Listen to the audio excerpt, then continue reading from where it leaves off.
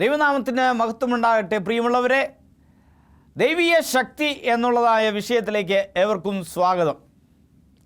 ഈ ദൈവീയ ശക്തിയെക്കുറിച്ച് നമ്മൾ നോക്കുമ്പോൾ അവൻ്റെയായ ശക്തിയിനാലാണ് ഇന്ന് നാം നിലനിൽക്കുന്നത്. അവൻ നമുക്ക് അധ്വാനിക്കുവാനായിട്ട്, വരുമാനമുണ്ടാക്കുവാനായിട്ട്, ജീവിക്കുവാനായിട്ട് ഇന്ന് അവൻ്റെ ശക്തി നമുക്ക് പകർന്നു ഇരിക്കുന്നു എന്നുള്ളത് വാസ്തവമാണ്. ഈ ദൈവീയ ശക്തിയെക്കുറിച്ച് ഞാൻ കൂടുതലായി നിങ്ങളോട് പങ്കുവെക്കുന്നതിന് മുൻപായി ഓലെ എവിൻ റൂട്ട് എന്നുള്ളതായ ഒരു വ്യക്തിയെക്കുറിച്ച് നിങ്ങളോട് അല്പമായി പങ്കിടുവാൻ ആഗ്രഹിക്കുന്നു. ഈ ഓലെ എന്നുള്ള ഈ കുടുംബം അവർ നോർവേ എന്ന രാജ്യത്തിൽ വസിച്ചിരുന്നവരാണ്. എന്നാൽ ഈ നോർവേ എന്നുള്ള ഈ ദേശത്തിൽ നിന്ന് ഓലെ എവിൻ റൂട്ടിന് 4 വയസ്സ് പ്രായമുള്ളപ്പോൾ അവർ ആ നോർവേ ദേശത്തിൽ നിന്നും അമേരിക്കയിൽ വിൻകോസിൻ എന്നുള്ളതായ ആ ദേശത്തേക്ക് അവർ കുടിയേറി പാർത്തു. അവിടെ അനേക വിധത്തിൽ വലിയ വലിയ തോട്ടങ്ങളിൽ അവർ സേവനം ചെയ്ത് അനേകരെ അവിടെ ജോലി ചെയ്യിപ്പിക്കുകയും അനേക വിധമായ കാര്യങ്ങൾ കൃഷി ചെയ്ത് വിളകൾ അവരെടുത്തുകൊണ്ട് അവർ ജീവിതത്തിൽ മുന്നേറിക്കൊണ്ടിരുന്നു. അപ്പോൾ ഓലെ എവിൻ റൂട്ട് എന്നുള്ള ഈ കുട്ടി അവന് 10 വയസ്സ് പ്രായമുള്ളപ്പോൾ ആ ഓലയുടെ പിതാവിന്, ഓലെ എവിൻ റൂട്ടിൻ്റെ പിതാവിന് വേണ്ടി ഉള്ളതായ എല്ലാ സഹായവും അവൻ ചെയ്തുകൊണ്ടിരുന്നു. ആ ഫാമിലുള്ളതായ പല കാര്യങ്ങളിലും അവൻ ശ്രദ്ധ പതിപ്പിച്ചുകൊണ്ട് ആ കുടുംബത്തെ അവൻ സഹായിച്ചു വന്നു. 15-ാമത്തെ വയസ്സിൽ ഈ ഓലെ എവിൻ റൂട്ട് അവൻ ചെയ്തതായ കാര്യം എന്തെന്നാൽ, അവൻ ആ ഫാമിൽ അല്ലെങ്കിൽ ആ തോട്ടത്തിൽ കൃഷിയിടങ്ങളിൽ കിടന്നതായ മരങ്ങൾ മുറിച്ച് 18 അടി നീളമുള്ള ഒരു ബോട്ട് ഉണ്ടാക്കിയുണ്ടായി. ഇവർ വസിച്ചിരുന്നത് റിപ്ലി തടാകത്തിൻ്റെ അരികിലാണ്. ഈ ബോട്ട് ഉന്തി കൊണ്ടുപോയി തടാകത്തിലിറക്കി വളരെ നല്ലൊരു തുഴയുമുണ്ടാക്കി അവൻ ആ നദിയിലൂടെ ഞായറാഴ്ച ദിവസങ്ങളിൽ ഉച്ചയ്ക്ക് ശേഷം അവിടെ കടന്നു വരുന്നവരെ ആ ബോട്ട് സവാരിക്ക് അവരെ അവിടെ കൊണ്ടുപോകാനായിട്ട് അവൻ സന്നദ്ധനായിരുന്നു. അവരെ ബോട്ടുകളിൽ ഇരുത്തി ആ തടാകത്തിൽ ആ ബോട്ട് സവാരിക്ക് കൊണ്ടുപോയി തിരികെ കരയിൽ എത്തിക്കുമ്പോൾ അവൻ 2 സെൻറ്റ് അതിനുവേണ്ടി കൂലിയായി വാങ്ങിക്കുമായിരുന്നു. അപ്പോൾ പല ഞായറാഴ്ച ആ ദിവസങ്ങളിലും അവന് നല്ലൊരു വരുമാനം ലഭിച്ചിരുന്നു. ഇത് 19-ാം നൂറ്റാണ്ടിലാണ്. അപ്പോൾ അവന് $5 വരെ അവന് ഇപ്രകാരമായി ആ ബോട്ട് സവാരിയിലൂടെ അവന് ലഭിച്ചിരുന്നു എന്നാണ് അവിടെ സൂചിപ്പിച്ചിരിക്കുന്നത്. എന്നാൽ ഒരു ദിവസം അവൻ വിവാഹം കഴിക്കുവാൻ ഉദ്ദേശിക്കുന്നതായ ആ ചെറുപ്പക്കാരത്തിയായ ആ പെണ്ണ് ആ ബോട്ടിൽ കയറി തന്നെ ആ തടാകത്തിൽ ഉടനീളം ചുറ്റിക്കാണിക്കുവാനായിട്ട് ആവശ്യപ്പെട്ട് അപ്പോൾ ആ ഓലെ എവിൻ റൂട്ട് അവളെ സ്വീകരിച്ചൊരു അറ്റത്തിൽ സന്തോഷത്തോടു കൂടി ഇരുത്തി അവരിരുവരും ആ ബോട്ടിൽ ആ തടാകത്തിലൂടെ അങ്ങനെ സഞ്ചരിച്ചു കൊണ്ടിരിക്കുന്ന സമയം, ഒരുപക്ഷെ എന്നെ കേൾക്കുന്ന പ്രിയമുള്ളവരെ, മാതാവേ, പിതാവേ, നിങ്ങളുടെ ചെറുപ്പകാലത്തുള്ള ഈ അനുഭവങ്ങളെക്കുറിച്ച് നിങ്ങൾ ചിന്തിച്ച് നോക്കുക. ഞാൻ സംസാരിക്കുമ്പോൾ യൗവനക്കാരായിരിക്കുന്നവർ നിങ്ങളും ഇപ്രകാരമായ അനുഭവങ്ങളിൽ കടന്നു പോകാനായിട്ട് താല്പര്യപ്പെടുന്നുണ്ടോ? ആ സന്തോഷമുള്ള അനുഭവങ്ങളെക്കുറിച്ച് ചിന്തിച്ച് നോക്കുക. ഓലെ എവിൻ റൂട്ടും അവൻ വിവാഹം കഴിക്കാൻ ഉദ്ദേശിക്കുന്ന ചെറുപ്പക്കാരത്തിയായ ആ പെണ്ണും അവർ രണ്ടുപേരും ആ ബോട്ടിലിരുന്ന് അങ്ങനെ സഞ്ചരിക്കുന്ന സമയം പെട്ടെന്ന് തന്നെ ആ പെൺകുട്ടിക്ക് ഒരു ആഗ്രഹം എന്താണെന്നറിയാവോ? ആ ബോട്ടിലിരിക്കുമ്പോൾ I just want to eat an ice cream എന്ന് അവൾ ഓലെ എവിൻ റൂട്ടിനോട് അറിയിച്ചു. എന്താണ്? എനിക്കൊരു ഐസ്ക്രീം കഴിക്കുവാനായിട്ട് എനിക്ക് താല്പര്യമുണ്ട് എന്ന്. ഓലെ എവിൻ റൂട്ട് പെട്ടെന്ന് അവൻ, അയ്യോ, അങ്ങനെയാണെങ്കിൽ ശരി, നിന്നെ ഞാൻ കരയിലേക്ക് കൊണ്ടുപോയി ആക്കാമെന്ന് കരയിലാക്കിയ ശേഷം അവൻ ആ തുഴയെടുത്തുകൊണ്ട് ആ ബോട്ടിലിരുന്ന് വളരെ ശക്തമായി തുഴഞ്ഞ് 7 കിലോമീറ്റർ, അതായത് 3.5 കിലോമീറ്റർ അങ്ങോട്ടും 3.5 കിലോമീറ്റർ ഇങ്ങോട്ടും അവൻ തുഴഞ്ഞ് 3.5 കിലോമീറ്റർ ആ ബോട്ട് ഓടിച്ച് അവൻ അവിടെ കൊണ്ടുപോയി അവൻ ഐസ്ക്രീം വാങ്ങി തിരികെ അവൻ തുഴഞ്ഞ് എത്തിയപ്പോൾ ആ ഐസ്ക്രീം എടുത്ത് കൊടുക്കുവാൻ തുടങ്ങിയപ്പോൾ ആ ഐസ്ക്രീമിൻ്റെ ആ കോല് മാത്രം അവശേഷിച്ചു. ആ ഐസ്ക്രീം ഉരുകിപ്പോയിരുന്നു പ്രിയമുള്ളവരെ. അവന് വളരെയധികം സങ്കടമായി. ഇതിന് എന്തെങ്കിലും ഒരു പരിഹാരം ചെയ്യണം. എൻ്റെ ആ പ്രിയപ്പെട്ടവൾക്ക് ഞാൻ ഐസ്ക്രീം അത് വാങ്ങിച്ചു കൊടുക്കുവാനായിട്ട് പോയി, എന്നാൽ ആ ഐസ്ക്രീം കൊടുക്കുവാനായിട്ട് എനിക്ക് സാധ്യമായില്ലല്ലോ എന്ന് വളരെയധികം വിഷാദത്തോടു കൂടി ഇരുന്നായ ദിനങ്ങളാണ്. അങ്ങനെ ചിന്തിച്ചുകൊണ്ടാണ് 1907 ഓലെ എവിൻറൂട്ട് ഈ ബോട്ടിൽ കടുപ്പി ആവശ്യമുള്ളപ്പോൾ കടുപ്പിച്ച് ബോട്ട് ഓടിക്കാവുന്നതായ ഒരു യന്ത്രം അദ്ദേഹം കണ്ടുപിടിച്ചത്. ആ യന്ത്രം കണ്ടുപിടിച്ച് വളരെ അധികം അനായാസം ആ ബോട്ട് ആ തടാകത്തിലൂടെ ഓടിക്കുവാനായിട്ട് ഓലെ എവിൻറൂട്ടിന് സാധിച്ചു. പിന്നീട് ബോട്ടുകൾ ഉണ്ടാക്കിയവർ അവർക്കെല്ലാവർക്കും ഈ യന്ത്രങ്ങൾ അവർ വിൽക്കുകയും നിങ്ങളുടെ തുഴകളെ നിങ്ങൾ ഉപേക്ഷിക്കുകയും എന്ന് അവിടെ പറയുകയും ഈ യന്ത്രം എല്ലാവർക്കും വിൽക്കുവാനായിട്ട് ഓലെ എവിൻറൂട്ടിനോടുകൂടി ചേർന്ന് അവൻ ആഗ്രഹിച്ചതായ ആ പെണ്ണിനെ വിവാഹം കഴിച്ച് ആ പെൺകുട്ടിയും ഇതിനെ സഹായിച്ചു എന്ന് ആർട്ടിക്കിൾ പറയുന്നു. പ്രിയമുള്ളവരെ, ഇവിടെ ഒരു യന്ത്രത്തിൻ്റെ ശക്തിയിനാൽ ആ ബോട്ട് പ്രവർത്തിപ്പിച്ച് അല്ലെങ്കിൽ ആ ബോട്ട് ഓടിപ്പിക്കുവാനായിട്ട് സാധിക്കുമെന്നോ അതുപോലെയുള്ള യന്ത്രം കൊണ്ടാണ് ഇന്ന് കപ്പലുകൾ പോലും വളരെ നിസ്സാരമായിട്ട് വലിയ വലിയ കപ്പലുകൾ പോലും ഇന്ന് കടലുകളിലൂടെ ഇന്ന് സമുദ്രത്തിലൂടെ വളരെയധികം വളരെ നിസ്സാരമായിട്ട് അവർ സഞ്ചരിക്കുവാനായിട്ട് സാധിക്കുന്നത്.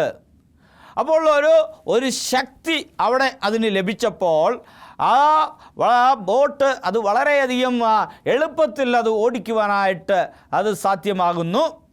നമ്മുടെയായ ജീവിതമായ ഈ നൗകയിൽ പോലും നമ്മളുടെയായ ശക്തി കൊണ്ട് നമ്മൾ തുഴഞ്ഞു നീങ്ങുവാനായിട്ട് നമ്മളെല്ലാവരും വളരെയധികം എത്ര പാടുപെടുന്നു. നമ്മുടെ കൈകളും കാലുകളും ഉപയോഗിച്ച് നമ്മുടെ ജീവിതത്തിൻ്റെ ഈ തോണി മുന്നേറി കൊണ്ടുപോകാനായിട്ട് നമ്മളെല്ലാവരും പരിശ്രമിക്കുന്നു. പ്രിയമുള്ളവരെ, എന്നാൽ നമുക്കും ഒരു ശക്തി നമുക്ക് ലഭിക്കുകയാണെങ്കിൽ ആ ശക്തിയിലുടനീളം നമ്മൾ വളരെയധികം അനായാസം ഈ ജീവിതമാകുന്ന ഈ തോണി ഈ സമുദ്രത്തിൻ്റെ നടുവിൽ ജീവിതം എന്നുള്ള ഈ സമുദ്രത്തിൽ വളരെയധികം അനായാസം യാതൊരു പ്രശ്നവും കൂടാതെ നമ്മളും അത് ഓടിച്ച് മുന്നോട്ട് കൊണ്ടുപോകാനായിട്ട് സാധിക്കുമെന്നതിൽ സംശയമില്ല. പ്രിയമുള്ളവരെ, ആ ശക്തിയാണ് ദൈവീയ ശക്തി.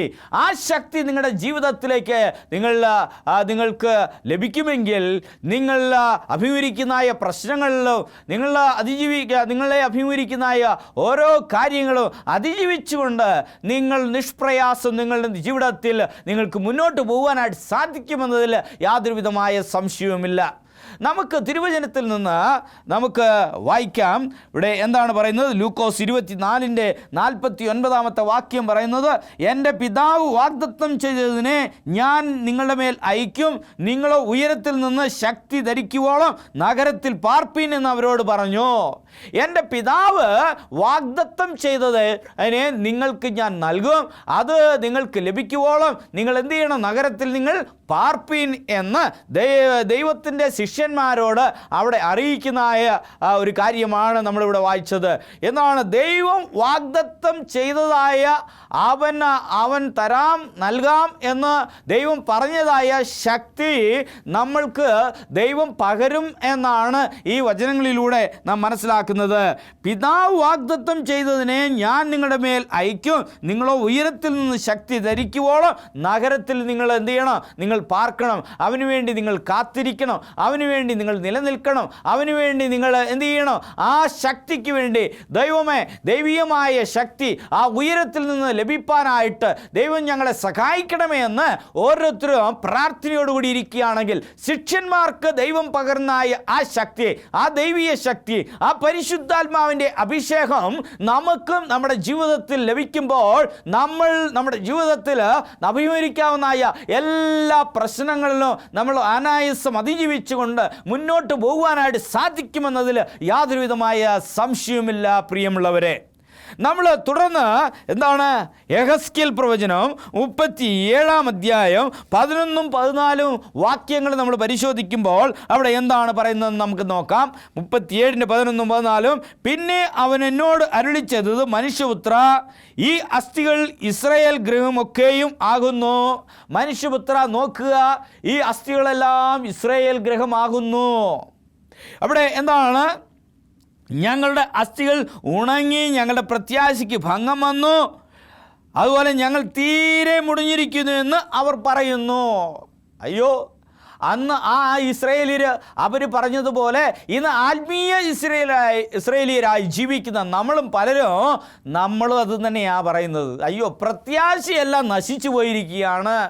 നമുക്ക് എന്താണ്? പ്രത്യാശയെല്ലാം നശിച്ചു പോയിരിക്കുന്നു, അസ്ഥികളെല്ലാം ഉണങ്ങിയിരിക്കുന്നു, പ്രത്യാശയ്ക്ക് ഭംഗം വന്നിരിക്കുന്നു, ഞങ്ങൾ എന്താണ് തീരെ മുടിഞ്ഞു പോയിരിക്കുന്നു എന്നും അവിടെ പറയുന്നതാണ് നമുക്ക് കാണുവാനായിട്ട് കഴിയും എന്നവർ പറയുന്നു. പ്രിയമുള്ളവനെ, നിൻ്റെ ജീവിതത്തിൽ നിനക്ക് പ്രത്യാശ നഷ്ടപ്പെട്ട് ഇരിക്കുന്നുവോ? നിൻ്റെ പ്രത്യാശയ്ക്ക് ഭംഗം വന്നിരിക്കുന്നുവോ? നീ മുടിഞ്ഞു പോകുന്ന ഒരു അവസ്ഥയിലാണോ നീ ജീവിക്കുന്നത്? എന്താണ് എന്ന് നിന്നെ തന്നെ നീ ശോധന ചെയ്ത് അറിയണം. പ്രിയമുള്ളവരെ, പ്രത്യാശ നഷ്ടപ്പെട്ട് പ്രത്യാശയ്ക്ക് ഭംഗം വന്ന് മുടിഞ്ഞു പോയിരിക്കുന്ന ഒരു അവസ്ഥ, ദൈവീയമായ ശക്തി നിൻ്റെ ജീവിതത്തിലില്ല, ദൈവീയമായ വഴി നടത്തിപ്പ് നിൻ്റെ ജീവിതത്തിലില്ല, ആ ദൈവത്തിൻ്റെ ആയ സഹവാസം നിന്നിലില്ല. അതുകൊണ്ടാണ് നീ മുടിഞ്ഞു പോയിരിക്കുന്ന ഒരു അവസ്ഥയിൽ എത്തിയിരിക്കുന്നത്. ആയതിനാൽ ദൈവീയ ശക്തിക്ക് വേണ്ടി, ഉയരങ്ങളിൽ നിന്നുള്ള ശക്തിക്ക് വേണ്ടി, ദൈവീയ ശക്തിക്ക് വേണ്ടി നീ പ്രാർത്ഥിക്കേണ്ടത് അനിവാര്യമാണ്, അത്യാവശ്യമാണ്. ഇവിടെ നമ്മൾ തുടർന്ന് വാക്യങ്ങളിൽ നമ്മൾ നോക്കുമ്പോൾ ഇവിടെ നമ്മൾ 37:14 നമ്മളൊന്ന് പരിശോധിച്ച് നോക്കാം. എന്താണ് പറയുന്നതെന്ന് നമുക്ക് നോക്കാം. 14-ാമത്തെ വാക്യം ഇവിടെ എന്താണ് പറയുന്നത്? അങ്ങനെ എൻ്റെ ജനമേ, ഞാൻ നിങ്ങളെ ശവക്കുഴി തുറന്ന് നിങ്ങളെ ശവക്കുഴിയിൽ നിന്ന് കയറ്റുമ്പോൾ ഞാൻ യഹോവ എന്ന് നിങ്ങൾ അറിയും. അതിനെ തുടർന്ന് നമ്മൾ നോക്കുമ്പോൾ നിങ്ങൾ ജീവിക്കേണ്ടതിന് ഞാൻ എൻ്റെ ആത്മാവിനെ നിങ്ങളിൽ ആക്കും, ഞാൻ നിങ്ങളെ സ്വദേശത്ത് പാർപ്പിക്കും എന്നാണ് പറയുന്നത്. പ്രിയമുള്ളവരെ, അപ്പോൾ ഞാൻ എൻ്റെ ആത്മാവിനെ നിങ്ങളിലേക്ക് പകരുമെന്ന് കർത്താവായ ദൈവം ഇവിടെ വലിയൊരു വാഗ്ദാനം നമുക്ക് നൽകുകയാണ്.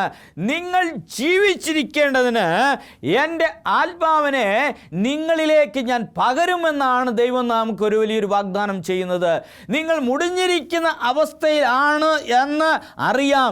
ആ മുടിഞ്ഞിരിക്കുന്ന അവസ്ഥ മാറുവാനായിട്ട് കർത്താവായ ദൈവം പറയുകയാണ്, യഹോവയായ ഞാൻ പറയുന്നതെന്നാൽ നിങ്ങൾ ജീവിക്കേണ്ടതിന് ഞാൻ എൻ്റെ ആത്മാവിനെ നിങ്ങളിൽ ആക്കും, ഞാൻ നിങ്ങളെ സ്വദേശത്ത് പാർപ്പിക്കും, യഹോവയായ ഞാൻ അരുളി ചെയ്തത് നിവർത്തിച്ചുമിരിക്കുന്നു എന്ന് നിങ്ങൾ അറിയും എന്ന യഹോവയുടെ അരുളപ്പാട്.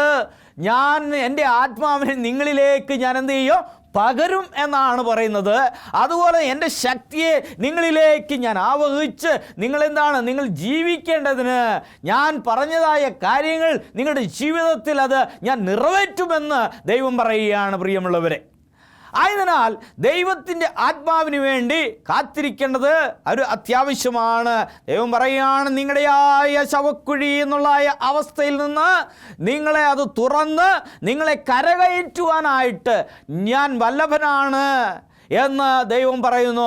ആ കർത്താവായ ദൈവത്തിൻ്റെ ആ ശക്തിയിൽ ആശ്രയിക്കുകയും അതിൽ ആശ്രയം അർപ്പിച്ചുകൊണ്ട് ജീവിക്കുകയും എന്നുള്ളത് ഏറ്റവും നല്ലൊരു കാര്യമാണ്. പ്രിയമുള്ളവരെ, ദൈവീയ ശക്തിയെക്കുറിച്ച് തിരിച്ചറിയുവാനായിട്ട്, അത് മനസ്സിലാക്കുവാനായിട്ട് ദൈവം നിങ്ങൾക്ക് ഒരു വലിയൊരു അവസരം ദൈവം നൽകിയിരിക്കുകയാണ്.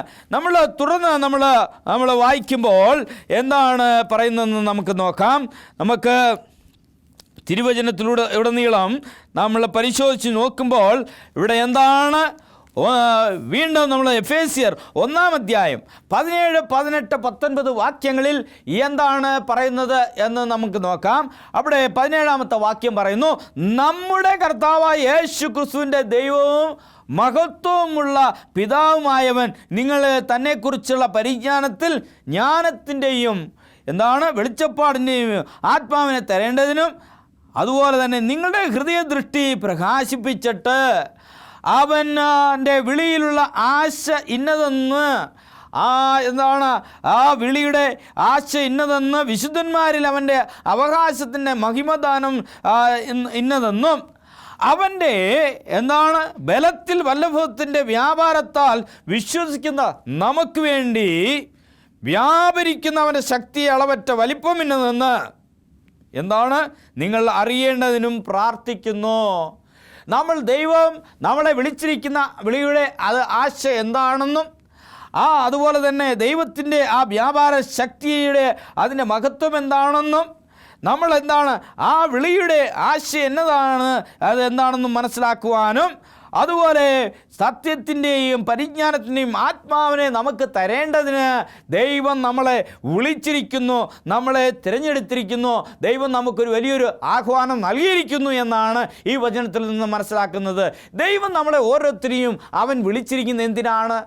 അവൻ എന്തിനു വേണ്ടിയാണ് എനിക്ക് ഇതുപോലുള്ള ഒരവസ്ഥയിൽ എനിക്കൊരു വിളി തന്നിരിക്കുന്നത് എന്ന് തിരിച്ചറിയേണ്ടതിന്, സത്യത്തിൻ്റെ ആത്മാവിനെ നിങ്ങളുടെ ഹൃദയങ്ങളിലേക്ക് പകരേണ്ടതിന്, നിങ്ങൾ ജീവിച്ചിരിക്കേണ്ടതിന്, നിങ്ങൾ മുടിഞ്ഞു പോകാതിരിക്കുവാൻ വേണ്ടി ഒരു പ്രത്യാശ നിങ്ങളിൽ ഉളവാക്കുവാൻ വേണ്ടിയാണ് ദൈവം നിങ്ങളെ വിളിച്ചിരിക്കുന്നത് എന്ന് നിങ്ങൾ മനസ്സിലാക്കണം പ്രിയമുള്ളവരെ. അപ്പോൾ തുടർന്ന് നമ്മൾ നോക്കുമ്പോൾ എന്താണ് വചനത്തിൽ വളരെ വ്യക്തമായിട്ട് 1 കൊരിന്ത്യർ 6-ാം അധ്യായം 14-ാമത്തെ വാക്യത്തിൽ പറയുന്നു, എന്നാൽ ദൈവം കർത്താവിനെ ഉയിർപ്പിച്ചതുപോലെ നമ്മെയും തൻ്റെ ശക്തിയാൽ ഉയിർപ്പിക്കും. കർത്താവായ ദൈവം, അവിടെ പിതാവായ ദൈവം കർത്താവായ യേശു ക്രിസ്തുവിനെ ഉയിർപ്പിച്ചതുപോലെ നമ്മളെയും നശിച്ചു പോകാതെ, നമ്മൾ താളടിയാകാതെ, നമ്മൾക്ക് വീഴ്ചയുണ്ടാകാതെ നമ്മളെ അവൻ ഉയിർപ്പിക്കും എന്നാണ് ഇവിടെ വചനം പറയുന്നത്. നിന്റെ ജീവിതത്തിൽ നീവൻ നീണ്ടു നീർന്ന് അഭിമാനത്തോടുകൂടി മറ്റുള്ളവരുടെ മുന്നിൽ നിലനിൽക്കുവാനായിട്ട്, നിന്നെ സ്ഥിരപ്പെടുത്തുവാനായിട്ട് ആഗ്രഹിക്കുന്ന ദൈവമാണ് നിനക്കൊരു ആഹ്വാനം നൽകുന്നത്. പ്രിയമുള്ള സഹോദര, ആ ദൈവത്തിൻ്റെ വിളി നീ നിഷേധിച്ചുകൊണ്ട് നീ എവിടെയാണ് പോകുന്നത്? നിന്നെ നശിപ്പിക്കുവാനല്ല, നിന്നെ നന്നാക്കുവാനാണ്. നിന്നെ നശിപ്പിക്കുവാനല്ല, നിന്നെ സ്ഥിരപ്പെടുത്തുവാനാണ്. നിന്നെ എന്നേക്കും ഇല്ലാതാക്കുവാനല്ല, എന്നാൽ നിന്നെ നിത്യജീവനിലേക്ക് പ്രവേശിപ്പിക്കുവാനാണ് ദൈവം നിന്നെ വിളിക്കുന്നത്. ഇവിടെ വചനം പറയുന്നത് എന്താണ്? എന്നാൽ ദൈവം കർത്താവിനെ ഉയർപ്പിച്ചതുപോലെ നിന്നെയും അവൻ എന്താണ്? നമ്മെയും തൻ്റെ ശക്തിയാൽ ഉയിർപ്പിക്കും എന്നാണ് പറയുന്നത്. ആ കർത്താവായ യേശുവിൻ്റെ ആ ശക്തിയെക്കുറിച്ച്, അവൻ്റെ മഹത്വമേറിയ ആ നാമത്തെക്കുറിച്ച് അറിയുവാനും ദൈവീയ ശക്തിയിൽ ആശ്രയം വെച്ച് ജീവിക്കുവാനായിട്ട് ഒരു വലിയൊരു അവസരം ദൈവം നമുക്ക് നൽകിയിരിക്കുകയാണ് പ്രിയമുള്ളവരെ. ആയതിനാൽ ആ അവസരം എന്താണ്, അതിൻ്റെ മഹത്വം എന്താണെന്ന് മനസ്സിലാക്കിക്കൊണ്ട് ജീവിക്കേണ്ടത് അനിവാര്യമാണ്. എന്നാലും തുടർന്ന് നമ്മൾ നോക്കുമ്പോൾ റോമർ 1-ാം അധ്യായം അതിൻ്റെ 16-ാമത്തെ വാക്യം നമുക്കൊന്ന് പരിശോധിക്കാം. എന്താണ് പറയുന്നത്? സുവിശേഷത്തെക്കുറിച്ച് എനിക്ക് ലജ്ജയില്ല. വിശ്വസിക്കുന്ന ഏവനും, ആദ്യം യഹൂദനും പിന്നെ യവനനും, അത് രക്ഷയ്ക്കായി ദൈവശക്തിയാകുന്നു. അതായത് സുവിശേഷം എന്നുള്ളത് എന്താണ്? അത് യഹൂദനായാലും ശരി, യവനനായിരുന്നാലും ശരി, അത് വിശ്വസിക്കുന്ന ഏവനായിരുന്നാലും ശരി, അത് എന്താണ്? അത് അവൻ്റെ രക്ഷയ്ക്ക് ആകുന്നു, അത് ദൈവശക്തിയാകുന്നു എന്ന് ഇവിടെ വചനത്തിലുടനീളം അവിടെ പഠിപ്പിക്കുന്നതാണ് നമുക്ക് കാണുവാനായിട്ട് കഴിയും പ്രിയമുള്ളവരെ. അത് ദൈവശക്തിയാകുന്നു. സുവിശേഷം എന്നുള്ളത് ദൈവശക്തിയാകുന്നു എന്നാണ് പറയുന്നത്. നീ ദൈവവചനത്തിനെടുത്ത് ഘോഷിക്കുകയാണെങ്കിൽ നിന്റെ ദൈവത്തിൻ്റെ ആ വചനത്തിൻ്റെ ശക്തി നിന്റെ ജീവിതത്തിൽ നിനക്ക് ലഭ്യമാകുന്നു. ആ ദൈവീയ ശക്തിയെ നിൻ്റെ ജീവിതത്തിൽ സംഭരിപ്പിച്ചു കൊണ്ടുകൊണ്ട് നീ ആത്മീയമായി നീ വളരുവാനായിട്ട്, മറ്റുള്ളവരുടെ മുന്നിൽ അഭിമാനപൂർവ്വം നീ നിലനിൽക്കുവാനായിട്ട് ദൈവം നിനക്ക് ഒരു വലിയൊരു അവകാശം നിനക്ക് നൽകുകയാണ്. സുവിശേഷത്തെക്കുറിച്ച് എനിക്ക് ലജ്ജയില്ല. അത് യഹൂദനായിരുന്നാലും ശരി, യവനനായിരുന്നാലും ശരി, ആരായിരുന്നാലും ശരി, വിശ്വസിക്കുന്നവന് അത് ദൈവശക്തിയാകുന്നു എന്ന് വചനത്തിലൂടെ ഇവിടെ നമ്മളെ പഠിപ്പിക്കുന്നതായിട്ട് നമുക്ക് കാണുവാനായിട്ട് കഴിയും. ഇത് വളരെയധികം ദൃഢപൂർവം അപ്പോസ്തലനായ പൗലോസ് തൻ്റെ ആത്മീയ ജീവിതത്തിൽ യാതൊരു വിധമായ ചലനവും കൂടാതെ ദൈവവചനം വളരെ ശക്തമേറിയ രീതിയിൽ ഇവിടെ വചനം എടുത്ത് കൈകാര്യം ചെയ്യുന്നതായിട്ട് നമുക്ക് കാണുവാനായിട്ട് കഴിയും. എനിക്ക് സുവിശേഷത്തെക്കുറിച്ച് യാതൊരു വിധമായ ലജ്ജയുമില്ല. എന്നാൽ എന്താണ്? അതെനിക്ക് ദൈവശക്തിയാകുന്നു എന്ന് അപ്പോസ്തലനായ പൗലോസ് പറഞ്ഞതുപോലെ നിങ്ങളും നിങ്ങളുടെയായ ജീവിതത്തിൽ, പിതാവേ, മാതാവേ, സഹോദര, സഹോദരി, പ്രിയ പൈതലേ, നിന്റെ ജീവിതത്തിൽ സുവിശേഷം എന്നുള്ളത് അത് എൻ്റെ ദൈവശക്തിയാണ് എന്ന് തിരിച്ചറിഞ്ഞുകൊണ്ട് ആ ദൈവത്തെ മഹത്വപ്പെടുത്തുന്ന ഒരു അനുഭവം നിൻ്റെ ജീവിതത്തിൽ ഉളവാകണമേ എന്നുള്ളതാണ് എൻ്റെ പ്രാർത്ഥന. അപ്പോൾ നമ്മൾ തുടർന്ന് നമുക്ക് നോക്കാം 1 കൊരിന്ത്യർ 1-ാം അധ്യായം അതിൻ്റെ 4-ാമത്തെ വാക്യത്തിൽ എന്താണ് പറയുന്നതെന്ന് നമുക്ക് നോക്കാം. 24-ാമത്തെ വാക്യം 1 കൊരിന്ത്യർ 1-ാം അധ്യായം 24-ാമത്തെ വാക്യം പറയുന്നത്, അവിടെ യഹൂദന്മാർക്ക് ഞങ്ങളോ ക്രൂശിക്കപ്പെട്ട ക്രിസ്തുവിനെ പ്രസംഗിക്കുന്നു, യഹൂദന്മാർക്ക് ഇടർച്ചയും ജാതികൾക്ക് ഭോഷത്വമെങ്കിലും യഹൂദന്മാരാകട്ടെ യവനന്മാരാകട്ടെ വിളിക്കപ്പെട്ട ഏവർക്കും ദൈവശക്തിയും ദൈവജ്ഞാനവുമായ ക്രിസ്തുവിനെ തന്നെ എന്നാണ് പറയുന്നത്. ഇത് മറ്റുള്ളവർക്ക് പലർക്കും ഇത് ഇടർച്ചയായിട്ട് അവർ കാണപ്പെടുന്നുണ്ടെങ്കിലും എന്നാൽ വിളിക്കപ്പെട്ടവർക്ക് ഏവർക്കും എന്താണ്? സുവിശേഷം അതൊരു ദൈവശക്തിയാണ്. പ്രിയമുള്ളവരെ, വിളിക്കപ്പെട്ട ഏവർക്കും ഒരു ദൈവശക്തിയാണ് എന്ന് വചനം ഇവിടെ പറയുന്നതായിട്ട് നമുക്ക് കാണുവാനായിട്ട് കഴിയും. അപ്പോൾ പലർക്കും ഇതൊരു ഇടർച്ചയായിട്ടാണ് അവർ കാണപ്പെടുന്നത്. ഇത് പാലിക്കുവാനായിട്ട് സാധ്യമല്ല. ഇതും വെച്ചുകൊണ്ട് നിങ്ങൾക്ക് എങ്ങനെ നന്നാകുവാനായിട്ട് സാധിക്കും, ഇതും കൊണ്ട് നിങ്ങൾക്ക് എങ്ങനെ മുന്നേറുവാനായിട്ട് സാധിക്കും എന്ന് പലരും നമ്മളെ പരിഹസിക്കുന്നതായ ഒരു അവസ്ഥയുണ്ടാകും. എന്നാൽ ഈ ലോക ജീവിതത്തിൽ നമ്മൾ പലതും നേടുവാനായിട്ട് നമ്മളെ കൊണ്ട് സാധിച്ചില്ലെങ്കിലും കർത്താവായ ദൈവത്തിൻ്റെ സന്നിധിയിൽ ഒരു ശ്രേഷ്ഠമായ ഒരു പദവിയിലേക്ക് ഉയർത്തുവാനായിട്ട് ദൈവം കാത്തിരിക്കുന്നു. ദൈവം പറയുകയാണ്, ഈ വചനം പ്രസംഗിക്കുന്നവർ, ഈ വചനം പങ്കിടുന്നവർ അനേകർക്ക് ഇതൊരു ഇടർച്ചയായിട്ടാണ് കാണപ്പെടുന്നത്. എന്നാൽ ഞാൻ പറയുവാൻ ആഗ്രഹിക്കുന്നു എന്തെന്നാൽ ഇത് വിശ്വസിക്കുന്ന ഏവർക്കും ഇത് ഒരു ദൈവശക്തിയാണ് എന്നാണ് പറയുന്നത്. ആ ദൈവശക്തിയെ നിങ്ങളുടെ ജീവിതത്തിൽ നിങ്ങൾക്ക് ലഭ്യമാകുവാൻ വേണ്ടിയാണ് ഒരു വലിയൊരു ആഹ്വാനത്തോടു കൂടി നിങ്ങളുടെ മുന്നിൽ ഞാൻ നിൽക്കുന്നത്. പ്രിയമുള്ളവരെ, നമ്മൾ നോക്കുമ്പോൾ 1 പത്രോസ് 1-ാം അധ്യായം 5-ാമത്തെ വാക്യത്തിൽ എന്താണ് പറയുന്നത് എന്ന് നോക്കാം. 1 പത്രോസ് 1-ാം അധ്യായം 5-ാമത്തെ വാക്യം ഇവിടെ പറയുന്നത് എന്താണ്? സൂക്ഷിച്ചിരിക്കുന്നതും ക്ഷയം, മാലിന്യം, വാട്ടം എന്നിവ ഇല്ലാത്തതുമായ അവകാശത്തിനായി തന്നെ വീണ്ടും ജനിപ്പിച്ചിരിക്കുന്നു. പ്രിയമുള്ളവരെ, ദൈവശക്തിയിൽ കാക്കപ്പെടുന്ന നിങ്ങൾക്ക് വേണ്ടി സ്വർഗത്തിൽ സൂക്ഷിച്ചിരിക്കുന്നതും അതുപോലെ ക്ഷയം, മാലിന്യം, വാട്ടം എന്നിവ ഇല്ലാത്തതുമായ അവകാശത്തിനായി വീണ്ടും ജനിപ്പിച്ചിരിക്കുന്നു എന്ന് ഇവിടെ വചനത്തിലൂടെ പറയുന്നതാണ് നമുക്ക് കാണുവാനായിട്ട് കഴിയും. പ്രിയമുള്ളവരെ, ആയതിനാൽ ദൈവശക്തിയിൽ കാക്കപ്പെടുന്ന ഒരു അവസ്ഥ നിന്റെ ജീവിതത്തിൽ നിനക്ക് എന്താണ് വേണ്ടിയത്? നീ എപ്പോഴും എന്താണ് നശിച്ചു പോകുന്ന കാര്യങ്ങൾക്ക് പിന്നാലെ എന്തിനു വേണ്ടി നീ ഓടുന്നു? ക്ഷയം, മാലിന്യം, വാട്ടമില്ലാത്തതായ ഒരു അവകാശം നിനക്ക് ലഭ്യമാകുവാൻ വേണ്ടി ദൈവം നിന്നിൽ ആ ദൈവീയ ശക്തി പകരുവാനായിട്ട് ആഗ്രഹിക്കുന്നു. ആ ശക്തി സംഭരിപ്പിച്ചുകൊണ്ട് നിന്റെ ജീവിതത്തിൽ ആ വിശ്വാസ ജീവിതത്തിൽ മുന്നേറുവാനും ദൈവസന്നിധിയിൽ എത്തിച്ചേരുവാനായിട്ട് ദൈവം നിനക്കൊരു അവകാശം ദൈവം തന്നിരിക്കുകയാണ്. ആ ദൈവീയ ശക്തിയിൽ ആശ്രയം വെക്കാം. നമുക്ക് പ്രാർത്ഥിക്കാം. നിത്യനും പരിശുദ്ധനുമായ വാഴ്ത്തപ്പെട്ട ദൈവമേ, അനുഗ്രഹിക്കപ്പെട്ടതായ സമയത്തിനായി സ്തോത്രം. അങ്ങയുടെയായ ദിവ്യ ശക്തിയിൽ ദൈവമേ ആശ്രയം വെച്ചുകൊണ്ട് അങ്ങയുടെയായ ആ ദിവ്യ ശക്തി എന്താണെന്ന് തിരിച്ചറിഞ്ഞുകൊണ്ട് ദൈവമേ, അങ്ങയുടെ ശക്തി അടിയങ്ങളുടെ ആത്മീയ ജീവിതത്തിൽ അറിഞ്ഞുകൊണ്ട് ജീവിക്കുവാനുള്ള അവസരം നൽകണമേ. കേൾവിക്കാരായ എല്ലാവരെയും അങ്ങോട്ട് അനുഗ്രഹിക്കണം പ്രാർത്ഥിക്കുന്നു. കർത്താവേ, അങ്ങ് വരുവോളം അടിയങ്ങളെ അങ്ങയുടെ ദിവ്യ ശക്തിയാൽ നടത്തണമേ. എല്ലാവരെയും അനുഗ്രഹിക്കണമേ, ആശീർവദിക്കണമേ. യേശുവിൻ്റെ തന്നെ നാമത്തിൽ അയച്ചിടുന്ന പ്രാർത്ഥനകൾക്ക് നല്ല ദൈവമേ, ആമേൻ. ദൈവീയ ശക്തിയെക്കുറിച്ച് ഉള്ളതായ ഈ ധ്യാനം ശ്രവിച്ച എല്ലാ ദൈവമക്കൾക്കും നന്ദി, നമസ്കാരം.